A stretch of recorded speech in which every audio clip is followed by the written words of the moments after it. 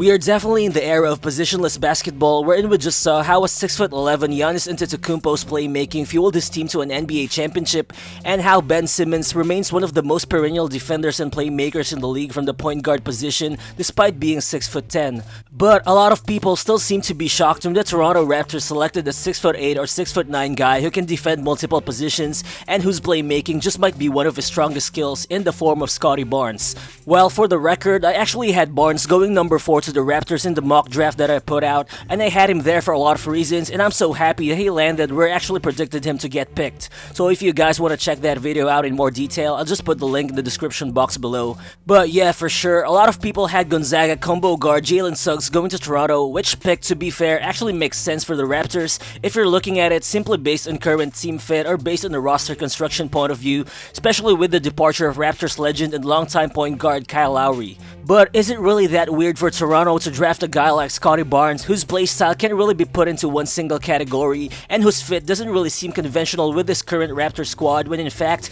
the NBA is actually trending into blurring the lines among positions on the basketball courts, and when in fact, it's not every day that you get the chance to draft a 225-pound wing like Barnes, who has a high motor, and who has the ability to guard multiple positions and run the point, with also so much potential to develop offensively. So what's good, guys? It's Real Balls here, and today, we'll look at the real potential of Scottie Barnes and how his skill set currently fits with the Raptors, and how his potential development can change the franchise altogether in the long run. So let's get to it.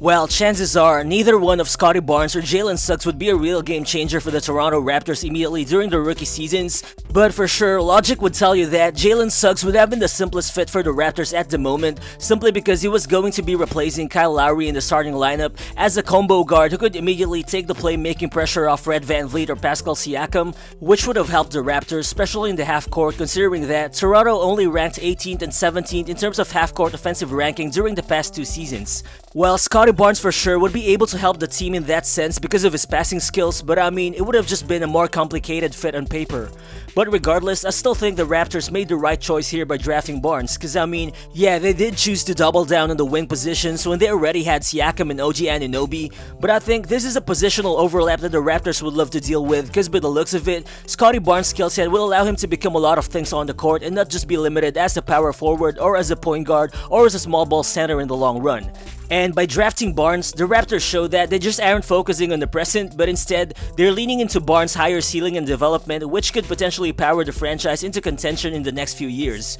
But how good is Scottie Barnes really to be able to develop into that kind of franchise piece for Toronto? Well, the first thing that stands out with Barnes is his size and his defensive abilities. For a 6'8" guy with a 7'3" wingspan, this guy is arguably the most switchable player from the 2021 draft because of his ability to guard positions 1 to 5 depending on the matchup. And by guarding multiple positions here, this includes being able to lock down opposing point guards from the point of attack, which Barnes routinely did at Florida State in college. I mean, when he's on his defensive stance, he's able to stay with smaller and quicker players because of his length and his aggressiveness, as Barnes doesn't hesitate walking into a ball handler space in order to disrupt them, which he also showed in the NBA Summer League. In this clip, he pressures Knicks guard Luka Vildoza from the point of attack. His long arms allow him to swipe the ball and get the steal, then he also displays the presence of mind to hold on to the ball a little bit longer until he sees a teammate with a clear path for a fast break. Then here, watch how he picks up the opposing point guard from beyond half court. He manages to stay in front of the quicker guard for a significant amount of time. He gets beat off the dribble, but his awareness lets him evaluate the situation,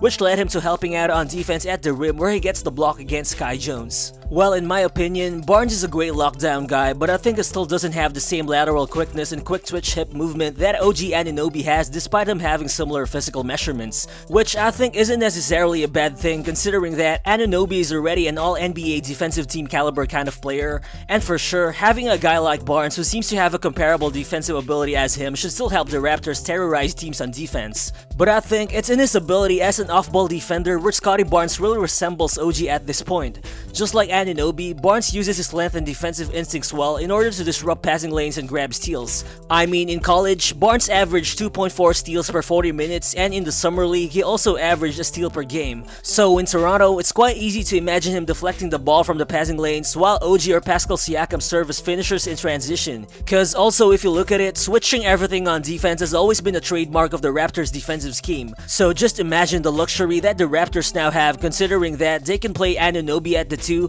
Barnes at the 3, and Siakam at the 4 or 5 on defense most of the time. And I mean, Toronto should also benefit from Scottie Barnes being an excellent transition player both as a scorer and as a playmaker. In college, he spent almost 28% of his time on the floor as a transition scorer, wherein he produced a solid 1.05 points per possession. Barnes is just a guy whose agility and long strides allow him to sprint down the floor right from the beginning of possessions on the way to finishing at the rim in transition. And even when it's him who grabs the rebound, his excellent court vision and passing ability also allows him to initiate the transition play himself. Just like in this clip, straight off grabbing the rebound, Barnes is able to see Dalano Banton running the open floor, then he just quickly dishes out the one-handed lefty outlet pass in transition. And Barnes' finishing ability and this kind of passing accuracy in fast breaks will just fit right into the Raptors system. Cause looking at it, Toronto was never ranked outside of the top 10 in terms of transition points per game and fast break points per game over the past 3 seasons. Toronto has always been a great running team, but I think it's also no coincidence that last season, which was a year wherein they missed the playoffs,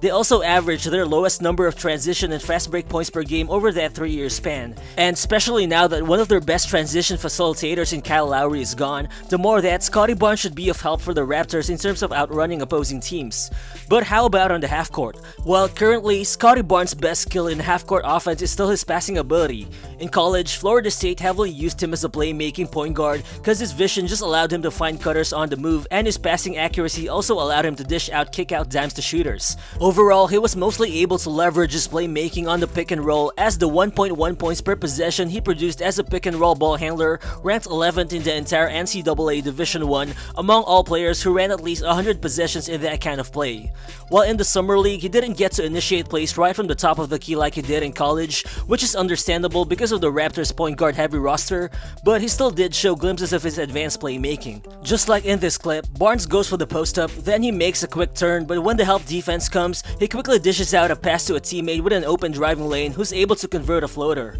But for sure, more than being a playmaker, the Raptors would want to develop him as a go-to scoring threat as soon as possible. While currently, his best offense on the half court still comes from his downhill drives, where he's able to use his speed and his long strides to get to the rim, which is what he also often used to score in college. And in the summer league, he continued to show glimpses of this ability. Just like here, Barnes has the ball, then he fakes a handoff to Dalano Banton, after which he takes advantage of the slow switch as he immediately uses the open lane to get to the rim as he finishes the semi-reverse shot. I mean, Scottie will almost be impossible to stop in these kinds of situations wherein he sort of has an open driving lane, but I think the problem is he just might not get to the rim with ease as much in the NBA immediately, simply because he just doesn't have a crazy fast first step, and he also doesn't have much of a vertical pop despite him really having long strides and despite him being really crafty with his handle. Just like in this clip, his ball handling ability allows him to get past Jonathan Kuminga, but when he's trapped against a more set defense, his lack of vertical explosiveness in the paint just limits his ability to attack above the rim with ease. But for sure, Barnes will have time to improve his vertical pop in the NBA, which I think should be very important, especially now that Kyle Lowry and Norman Powell, who were the 3rd and 4th most frequent drivers for the Raptors last season, are now gone. And considering how much of a 3-point shooting heavy team Toronto is, who ranked 4th in 3-point attempts last season, they really need to have more consistent rim attackers who would be able to set up their better shooters like OG Anunoby and Fred VanVleet in the perimeter. And once Scottie Barnes is already able to get to the basket more consistently, he should also draw a lot of contact, and that will also help the Raptors get more points, considering that they only ranked 17th in the league in terms of free throw shooting rate last season. But while he's still working on his verticality, there are still a lot more ways for him to score, as he has shown in the summer league. Just like here, Scottie drives to the rim with Kuminga defending him, and without a clear driving lane, he instead pivots before he goes for a 12-foot mid-range turnaround jumper. Then in here, watch how he works a simple pick and roll play, wherein he simply uses the space that the defense gives him as he's able to hit the floater. And I mean, these are shots that you would be glad to see Barnes making, since he only made 30% of all his shots within floater range in college.